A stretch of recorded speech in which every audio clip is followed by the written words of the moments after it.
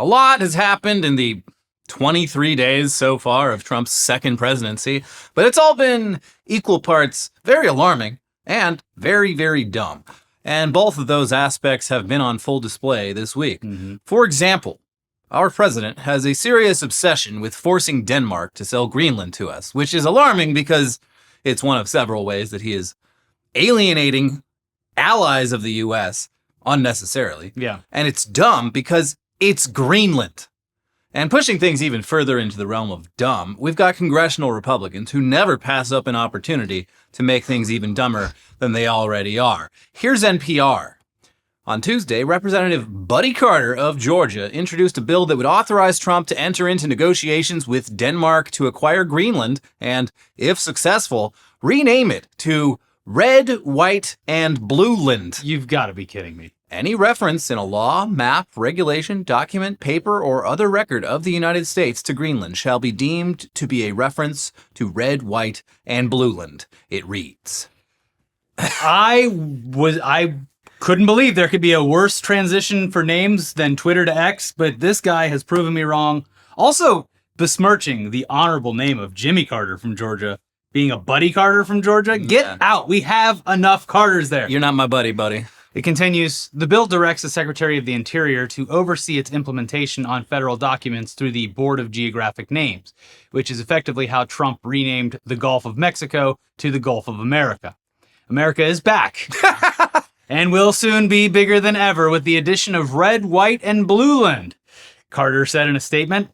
President Trump has correctly identified the purchase of what is now Greenland as a national security priority, and we will proudly welcome its people to join the freest nation to ever exist when our negotiator-in-chief inks this monumental deal. Carter's bill has been referred to the committees on Foreign Affairs and Natural Resources for further consideration, though it's unclear how much support it will have. It's the second of its kind. A dozen House Republicans introduced the Make Greenland Great Again Act in mid-January before Trump was even sworn in.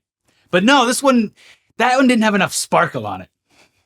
Everybody knows that Red, White, and Blueland rolls off the tongue. Snaps for that. Yeah, also noticeably not too many red, white, or blue colors up there in the natural landscape. I mean, white, sure, because of the snow, but... White, red for, the people that live there, they're basically engines, aren't they?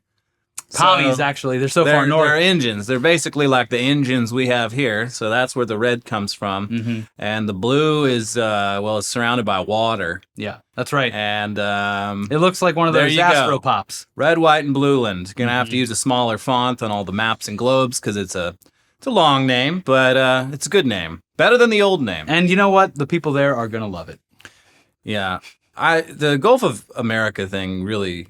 it's pretty minor in comparison to other things, but it just it pisses me off every time I see that shit on an actual map. Yeah, Google Maps changed it fully now. I'm calling it the Gulf of Fidel Castro because you look at Cuba, you look at the Gulf of Mexico, and Cuba really is like the door to the Gulf. And I feel that we should honor the longest serving head of state of that region, Fidel Castro, with by naming that body of water in his honor.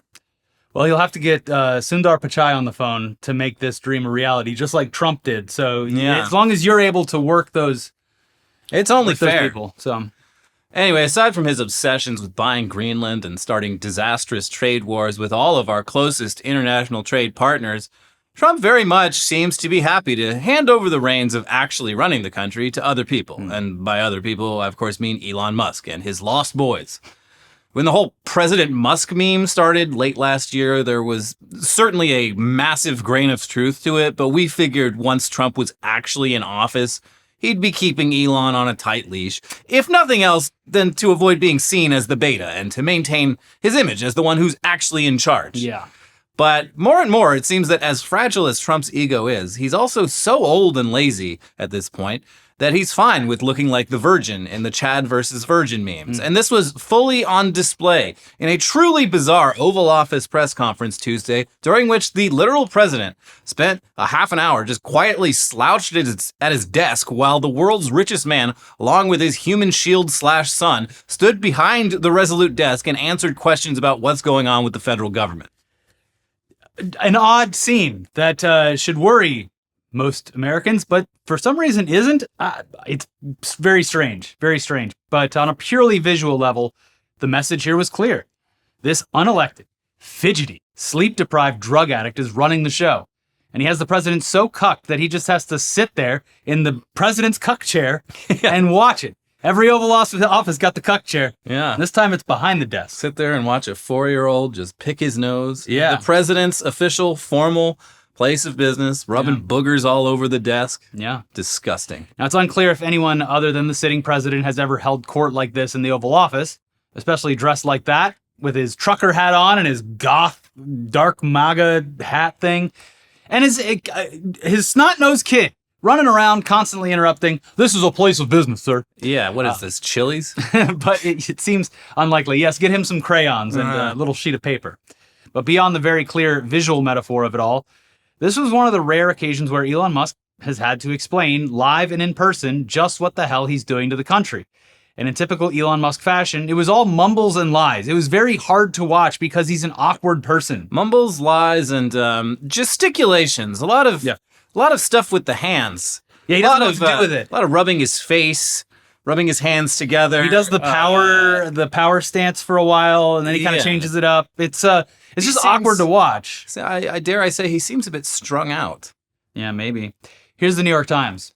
Among Mr. Musk's claims, which he offered without providing evidence, was that some officials at the now gutted U.S. Agency for International Development had been taking kickbacks. He said that quite a few people in the bureaucracy somehow had managed to accrue tens of millions of dollars in net worth while they are in that position, without explaining how he had made that assessment. He later claimed that some recipients of Social Security checks were as old as 150. "We are actually trying to be as transparent as possible," Mr. Musk said, referring to postings by his team on his social media site X. "So all of our actions are maximally transparent." He continued, "I don't know of a case where an organization has been more transparent than the DOGE organization." In reality, Mr. Musk's team is operating in deep secrecy, surprising federal employees by descending upon agencies and gaining access to sensitive data systems. Mr. Musk himself is a special government employee, which, the White House has said, means his financial disclosure filing will not be made public. On Tuesday, Mr. Musk, wearing a black MAGA hat that Mr. Trump appeared to have signed on its brim, seemed eager to defend his team's work. As he answered questions, Mr. Musk's 4-year-old son, X, I like that they don't even bother writing out What's the point? The full name, stood between the two men when he was not hoisted on Mr. Musk's shoulders or sitting on the floor. Mr. Trump often appeared to be staring at the child, relegated to something of a side character in his own office. Yeah, because he seemed just very weirded out. He would look at the kid and the kid would look back at him and he'd look away. Yeah, he didn't really seem to know what to do. Also, this is just how I feel. Like, Elon, clearly a useful idiot. He's ripping the guts out of whatever Trump and his administration want to do willfully, and will eventually almost certainly take the fall for it. But it's got to bother him standing there or sitting there and listening to Musk ramble and bumble through. He didn't seem stoked about it. Because his whole thing is being camera ready and public speaking and being able to work a crowd. And Musk really doesn't have that, and that's why he excels, or he thinks he does so well online, because he doesn't have to have that visual and audible. He's not a good presenter. Yeah. It just. I mean, we have a decade or more of him doing, speeches for his cars and other products. It's awkward. They're always bad. Yeah, and this just it gave off the vibe of like a caretaker. Yeah, for an elderly person who's become very infirmed. This is Trump's advocate. His patient advocate. I do like that Mr. Musk is just special. He's a special boy. He is a special boy. Yes. He rides the shortest bus that we have straight to the White House, and everybody loves him. It continues, Mr. Musk repeatedly rebuffed suggestions that he was operating without oversight. Asked about the possibility of his own conflicts of interest, given that some of Mr. Musk's companies have contracts with agencies like the Defense Department, Mr. Musk said, "First of all, I'm not the one filing the contract. It's the people at SpaceX or something," said Mr. Musk, the founder of SpaceX. Over and over again, he asserted his intention to bring accountability to a civil service that he claimed had gone unchecked. The bureaucracy is an unelected, fourth, unconstitutional branch of government, which has, in a lot of ways, currently more power than any elective representative, insisted Mr. Musk, who serves as an unelected appointee with vast reach across the government. It does not match the will of the people, he said. Mr. Musk, whose approach to cost-cutting at his own companies has been to reinstate spending if the cuts go too deep, said that mistakes might be made as he slashes the size of federal agencies. Should he make cuts that are gratuitous, the billionaire said, they would simply be reversed. Some of the things that I say will be incorrect and should be corrected. Nobody's going to bat 1,000, Mr. Musk said when asked about a false claim he had spread about foreign aid money for condoms. We will make mistakes, but we'll act quickly to correct any mistakes. I do appreciate that the New York Times, who has in a lot of ways been carrying water for this regime unnecessarily, seems to have hit their breaking point. And or at least this writer in particular. Well, it's on the editorial level because you see it most in their headlines. Their articles have generally been pretty good about this stuff. It's just the headlines are just like, I don't know who's to say. Very like equivocate a lot. Yeah. But there's some editorial snark in there that I appreciate because it's fucking true. Like if someone tells you a blatant lie, you don't just report it. You're not a stenographer. You're a reporter. It's not efficient in any way to pull things back so much that you have to reinstate it because when you destroy something, it's a lot harder to rebuild it. Yeah. I mean, it's the same with like the regulations. We'll just get rid of all of them, and if we need a new one, we'll add it back in. We did that already. Yeah. They're all written in blood, sir. Anyways, it's of course absurd that he would claim that there's any transparency at all to what his so-called Department of Government Efficiency is doing. Even the identities of the DOGE employees going around gutting government agencies has been a tightly kept secret, and whenever any of them are unmasked, Elon acts like that's a literal crime. And on top of that, they've made it so that DOGE's activities aren't even subject to public records requests. Very transparent. From the New York Times again. In October, Elon Musk preached the message of government transparency during a presidential campaign rally he held in Pennsylvania in support of Donald J. Trump, suggesting that nearly all government records should be made public. There should be no need for FOIA requests, Mr. Musk reiterated on social media, referring to the law that gives the public the right to obtain copies of federal agency records, the Freedom of Information Act. All government data should be default public for maximum transparency. But Mr. Musk's cost-cutting initiative, better known as the Department of Government Efficiency, or DOGE, appears to be heading in the opposite direction. What? The White House has designated Mr. Musk's office, United States DOGE Service, as an entity insulated from public records requests or most judicial intervention until at least 2034 by declaring the documents it produces and receives presidential records. Oh, good. Doesn't seem very transparent. So you're telling me when he told the entire country in the Oval Office that he was being the most transparent, that he's actually being the least transparent? Yeah. My stars. In fact, he was not being transparent when about he said how that. transparent it is. Wow. There's layers to how opaque it all is. And to think, I stood by him when he said that he had the #1 Path of Exile character. Yeah, I know. And I stood by him when he said he had the #1 Diablo 4 character. As they say, believe Elon. Hashtag believe Elon. I stood by him when he rescued all those children. He did. But those children would be dead. But lying? That goes too far. Now, speaking of DOGE, it kind of makes sense how secretive they've been about who's actually working for them because, well, one, a lot of these guys are alarmingly young, and I just assume they all laugh like this. That's how they look. And two, they never went through a proper vetting process, and they have a ton of skeletons in their closets. Last week, we talked about multiple gigantic red flags in 19-year-old Edward Coristine's brief resume, like getting fired from a company for leaking information to a competitor and being associated for years with an online cybercrime community. But the hits, they do keep on coming. The broccoli-haired boy, he's really rising to the top of the pack in terms of just how alarming it is that this person has any power whatsoever. Yeah, the kid's prolific. Here's the Musk Watch blog. Edward Coristine, a 19-year-old member of Elon Musk's Department of Government Efficiency, DOGE, launched an image-sharing website in 2021 that featured custom shit-posting web addresses that redirected to content hosted on his site. URLs that redirected to Coristine's site referenced the sale of child sexual abuse material, racial slurs, and rape. Among the links were childporn.store and kkkiscool.club, according to web traffic tracked by BuiltWith. Ugh. In early 2021, Coristine, then 16, activated the Tesla.sexy website. He described it as an image-sharing site that would prioritize the confidentiality of its users. Why are we the sexiest? Privacy. When you use Tesla.sexy, all your images are encrypted. We do not log IP addresses, device agents, or anything else. Wink, wink. The site's homepage stated in March 2021, according to archives from the Wayback Machine. If you like features like we do, you'll love Tesla.sexy. Fake links, lots of cool domains and effects to put on your images for ultimate shitposting. Coristine updated the website's homepage in April 2021, stating that it offered users image hosting with a touch of insanity. The site update indicated that it catered specifically to image sharing among Discord users. You can customize embeds, use fake links, only works on Discord, use random domains, and much more. Images embed within a second on Discord. Uploading images is also an incredibly speedy process.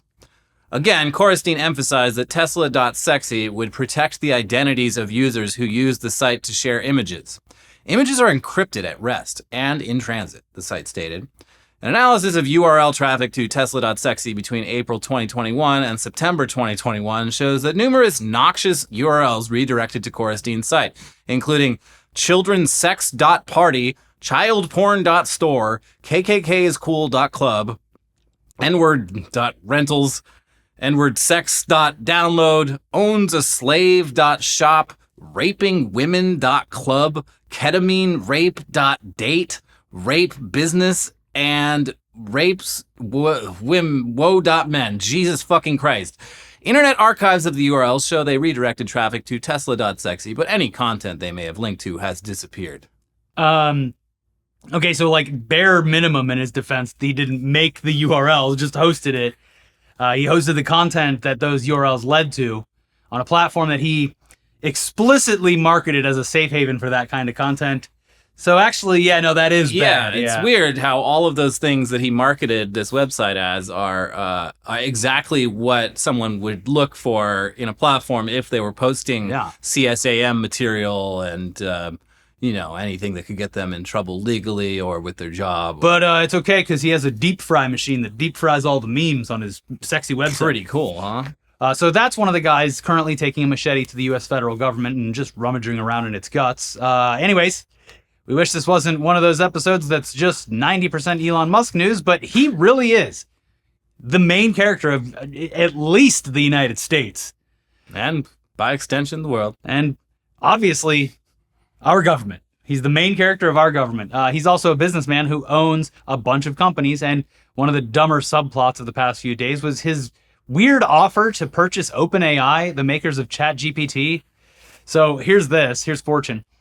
Elon Musk and OpenAI CEO Sam Altman have been at odds for years, and their conflict may be finally boiling over. In the latest development of the billionaire feud, the Wall Street Journal reported Monday that Tesla CEO Musk led a group of investors to make an unsolicited $97.4 billion offer for the nonprofit that controls OpenAI. Altman was not amused by the offer and quickly rejected it in a post on X. "No thank you, but we'll buy Twitter for $9.74 billion if you want," Altman wrote. Musk shot back with a reply calling him a swindler, a reference to the Trump-style nickname Swindly Sam that he has used in the past to refer to Altman. In an interview with Bloomberg Television, Altman took a personal slash at Musk, responding to a question about whether Musk's bid was from a position of insecurity about his own AI company, XAI. Altman responded, "Probably his whole life is from a position of insecurity. I feel for the guy. I don't think he's like a happy person," Altman added. "I feel for him." And then they challenged each other to a boxing match. Yeah, apparently the bid, even if it wasn't serious, it does mess up OpenAI's plans for going private or going public as a for-profit company because it sets a price floor. I don't know. Yeah. It's two fucking dickheads having problems with each other. If I were Sam Altman, I would take that deal and leave and just never work again. Well, it's still in a place where the hype is still alive somehow. Yeah, I think I'll get more than $100 million for this thing. Yeah. I think I'll hold on to it. Good idea, you fucking moron. But yeah, let them fight. Who cares? We do have more news to get to, though. First, we do Have to let you know that this video is sponsored by Toidle Beach. Hey, I like Toidle Beach. Toidles. Winter has arrived, but don't panic. It's not a bad thing. It's an excuse. An excuse to cancel all your plans, slap on your Turtle Beach headset, and game until the sun finally decides to come back. For a marathon winter gaming session, you're gonna want the world's most comfortable headset with superhuman hearing technology. Turtle Beach's new Gen 3 Stealth 700 headset picks up so much crystal clear sound it's basically cheating. Even if the snowblower is going off outside, you'll hear every footstep, every reload, every enemy sneaking up on you like they're stomping through your living room in tap dancing shoes. And Turtle Beach headsets are so freaking comfortable, you'll feel like you're wearing a marshmallow cloud pillow on your head. Best of all, the Stealth 700 has the industry's first ever cross-play dual wireless transmitter system. That means you can seamlessly switch between your consoles and PC with just a click of a button. It gets even better. While being connected to your console, the Stealth 700 can connect with your phone for music streaming or taking calls at the same time. Imagine listening to Kendrick Lamar while going on a kill streak in Call of Duty. For a limited time only, you can get 10% off your entire order with code NEWSDAY at turtlebeach.com. Don't miss out. Stay warm and level up your game with 10% off at turtlebeach.com using promo code NEWSDAY. It's a new year, new gaming gear. We got a new season of Diablo playing right now. I'm hearing everything. We've both been rocking this headset for a while now, and not only is it super comfortable, and not only does the sound quality definitely give you an edge, the battery life's insane. It's so nice having a wireless headset that you almost never have to think about charging. We've all got that one friend whose headset always seems to die right when you're down to the last two teams, but Turtle Beach's Stealth 700 headset has an insane 80-hour battery life with quick charge, so you rarely have to think about charging it. Turtle Beach doesn't just have amazing headsets, they have every gaming accessory you could ever want, and they're all high quality at prices that don't break the bank. From flight and racing simulators to controllers, keyboards, and mice. Turtle Beach is the ultimate gaming cheat code. So this winter, forget the cold, grab your Turtle Beach Gen 3 Stealth 700 and level up your gaming experience. Head to turtlebeach.com and use code NEWSDAY for 10% off your entire order. That's 10% off your order at turtlebeach.com with promo code NEWSDAY. All right, back to the news now, and something that's been clear for a few years now, as Elon Musk has revealed himself to be a right-wing crank, is that this is not great for the Tesla brand, which for the most part, for most of its life, has appealed primarily to an environmentally conscious customer base who understandably does not want to appear to endorse far-right politics. Bumper stickers saying, "I bought this car before we knew Elon sucked" are increasingly popular accessories for existing owners. And new buyers aren't coming around as much as they used to, especially in Europe. Here's futurism. As Musk has become even more inescapably political, Tesla sales have dropped sharply across the European Union and the UK. In Germany, the only European country with a Tesla plant, sales of the new EVs plummeted by nearly 60%, while France saw a 63% decrease compared to January 2024. In Norway, new Tesla registrations fell by 38%. Sweden, meanwhile, registered just 405 new Teslas for the month, a 44% plunge. Sales in the United States are also falling, though less drastically. That's not to mention the spectacular collapse of Cybertruck sales. Currently only available in the US and Canada, which fell by 22% from Q3 2024 to Q4 as the controversial EV's resale value hit the toilet. The collapsing sales figures are likely to compound the company's already horrendous performance issues. From 2023 to 2024, Tesla's net income dropped by a disappointing 23%. And from 2022 to 2024, it fell an eye-watering 40%. But everything's fine. It's all going to work out, guys. And the stock, well, we'll figure it out. We got plenty of boys out there who want to kick their money over to old Elon Musk. Mm-hmm. Yeah. And once we deal with like the Securities and Exchange Commission, yeah, those pesky little bridge trolls. I have fed it to the wood chipper. Yeah, then things are going to get real fun. Strange how he is particularly going after government agencies that have had an eye on him for years. Yeah, it directly are the ones that are regulating him and getting in the way of his grandeur. Yeah. It's interesting. Meanwhile, protests and acts of vandalism targeting Tesla showrooms and parking lots and whatnot are on the rise thanks to the company's owner's central role in the radical and unconstitutional things happening in D.C. And the Cybertruck is now officially more explosive than the Ford Pinto. Hey! 17 times more explosive, in fact. This is the Ford Pinto, the gold standard of that's a car you don't want to be in because it will explode and fucking kill you. They did it. Yeah. You know, they said they wanted the old America back and they got it. Yeah. Mm-hmm. Very exciting stuff. Make America explode again. And none of this is good for Elon, whose vast fortune is mostly tied up in Tesla stock. But being the shadow president does have its perks as well, like gutting the federal agencies that regulate Tesla, and also, apparently, replacing Tesla's former customers with the U.S. government. Ooh. Here's Ryan Grimm at Dropsite News. The State Department's procurement forecast, revised as of late December 2024, lists Tesla as the recipient of the largest expected contract, with Marco Rubio's department planning to buy $400 million worth of armored Tesla. The award is targeted for Q4 and is forecast to last for 5 years. The procurement forecast is listed as having been modified on December 13th, 2024, a month after Donald Trump's election. The State Department did not immediately respond to a request for comment. Under the heading, Extent Competed, the document reads merely TBD. So it was looks like it was a no-bid contract for... Sounds like a lot of Cybertrucks. A whole lot of Cybertrucks. Yes. Yeah. We got these Cybertrucks sitting around. They're going to make like ambassadors and government officials ride around in fucking Cybertrucks that are probably wrapped with like the ugliest shit you've ever seen. Yeah, it's going to be like if you've ever seen the drug cars in Florida where they wrap them afterwards and it's just the most gaudy graphics. Yeah. Yeah, that's what it's going to be like. We're a serious country. Elon promised he'd be on the lookout for potential conflicts of interest and he would nip them right in the bud. So surely, don't worry, everyone. He's going to put a stop to this idiotic plan to buy a bunch of unsold Cybertruck inventory. The State Department's vehicle fleet, he won't let those Cybertrucks anywhere near that fleet because that would be immoral and it would go against uncouth, the oath that untoward, and very corrupt. And that is a conflict of interest that Elon is going to self-police himself on so hard. Yeah. Because it's all about transparency and efficiency. And he has said that he is the most transparent. Yeah, you can see right through him. Mm-hmm. And speaking of conflicts of interest, the latest federal agency that Elon's got on the chopping block is the Consumer Financial Protection Bureau, or CFPB. Why would consumers need financial protection? I don't know. Let's get rid of it and find out. It was created in the wake of the financial crisis and Great Recession, and it's responsible for protecting American consumers from shady and predatory behavior by financial institutions. Stuff the CFPB has focused on includes credit score accuracy, junk fees, excessive late fees, buy now, pay later loans, and it has successfully recovered billions of dollars for consumers who were cheated. And it seems like a pretty important agency, especially considering the whole mess that led to its creation and the fact that it was a reaction to that mess. Yeah. A very recent thing put in place. But Well, Elon to wants be it fair, gone. most of the people working for Elon were like babies when that happened. They don't remember. Yeah. Shitting in their diapers. Mm-hmm. Yeah. So the staff purge is already underway, and CFPB has been ordered to cease all pending investigations.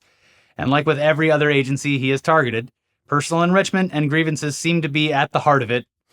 Once again, here's the New York Times. In recent days, Mr. Musk's Department of Government Efficiency team, which is not a formal executive branch department, descended on the Consumer Bureau, gaining access to its headquarters and computer systems as part of a broader effort to dismantle it. Last week, Mr. Musk marked the moment on X, writing CFPB RIP alongside an emoji of a gravestone. As Mr. Musk's deregulation team makes its way through federal agencies, he has been criticized for having numerous conflicts of interest involving his businesses. And at X, one of the most promising ways Mr. Musk can increase profits is through a payments business, which could charge fees for transactions. Building out that business would be easier without having to contend with a regulator like the Consumer Bureau, which has a recent track record of bringing cases against payment companies. Elon Musk is working his way into the financial products marketplace right now, said Richard Cordray, who was the Bureau's inaugural director under President Barack Obama and remained in the job through the first year of President Trump's first term. It's very convenient for him to be trying to neutralize the regulator that he would have to answer to. That is a blatant conflict of interest, Mr. Cordray continued. Sorry, Mr. Cordray, but Elon Musk said that he would get out in front of any possible conflicts of interest. Yeah, if he finds one, he'll let us all know. And in the meantime, don't worry about it, because he'll, he's putting out the why statements. spend all day stressing about potential conflicts of interest? When the conflicts of interest rear their ugly little heads, he'll be like, "Oh, I found one, a conflict of interest. And I will recuse myself from this particular conflict of interest and focus on The process of making the government more efficient. That stove looks hot. Maybe I should touch it. Maybe I shouldn't. Unless it'll make me money. Digital payment apps have become a core part of how Americans transact. Apple, Google, PayPal, and Block, which owns Cash App, are all big players. And the Consumer Bureau has been the primary federal financial regulator for these non-bank technology companies. 3 months ago, it issued a rule, which took effect last month, giving itself supervisory authority over digital payment companies. That allows the agency's examiners to delve deeply into the details of those companies' payment systems and transaction data. And lately, the Bureau had been aggressively pursuing enforcement actions against some of the biggest companies in the industry. Last month, it accused Block of enabling fraudulent transactions and ordered it to return $120 million to consumers. In December, it sued several banks for their operation of Zelle, a payment system that Rohit Chopra, the consumer agency's Biden-era director, said became a gold mine for fraudsters, while often leaving victims to fend for themselves. The banks denied any wrongdoing and are fighting the lawsuit. So yeah, I mean, it seems like they're doing good stuff over there. But it's going to make Elon's life slightly harder.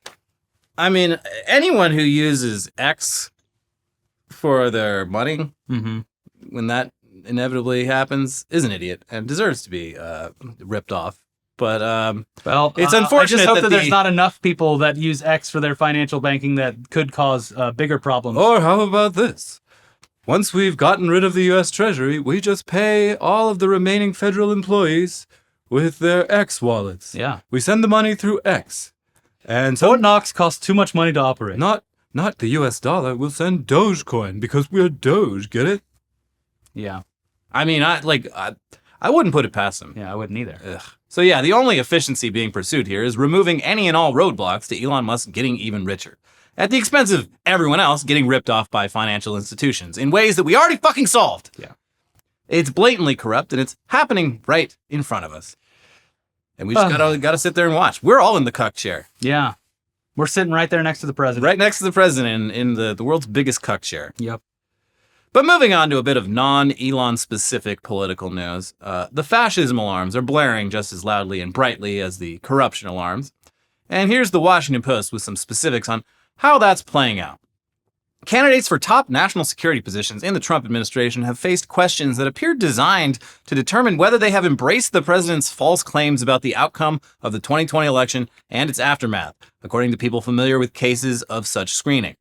The questions asked of several current and former officials up for top intelligence agency and law enforcement posts revolved around two events that have become President Donald Trump's litmus test to distinguish friend from foe: the results of the 2020 election and the January 6, 2021 assault on the U.S. Capitol. According to the people who, like others interviewed for this report, spoke on the condition of anonymity because of the matter's sensitivity. These people said that two individuals, both former officials who are being considered for positions within the intelligence community, were asked to give yes or no responses to the questions: was January 6 an inside job? And was the 2020 presidential election stolen? These individuals, who did not give the desired straight yes answers, were not selected. It is not clear whether other factors contributed to the decision. The questions were posed in direct interviews conducted by personnel hiring for the new administration. One former official familiar with the questions posed to one of the candidates said he was not willing to compromise his integrity by saying things he knew weren't true. He's not losing any sleep over his decision.